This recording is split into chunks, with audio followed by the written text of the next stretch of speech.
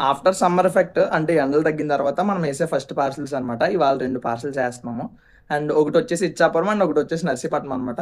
ఎందుకు స్పెషల్‌గా చెప్తున్నానంటే మేమెప్పుడు శ్రీకాకుళం సైడ్ ఒక పార్సెల్ కూడా ఎయలేదు. ఓన్లీ వైజాగ్ వరకే ఏసాము.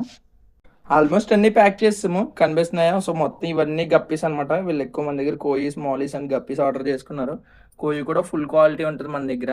ఇవన్నీ హాఫ్ డేలో రీచ్ అయిపోతాయి. అయినా సరే 2 గప్పీస్‌నే ప్యాక్ చేశాను. సో, ఎక్కువ గప్పీస్ సింగిల్ కవర్‌లో ప్యాక్ చేయలేదు.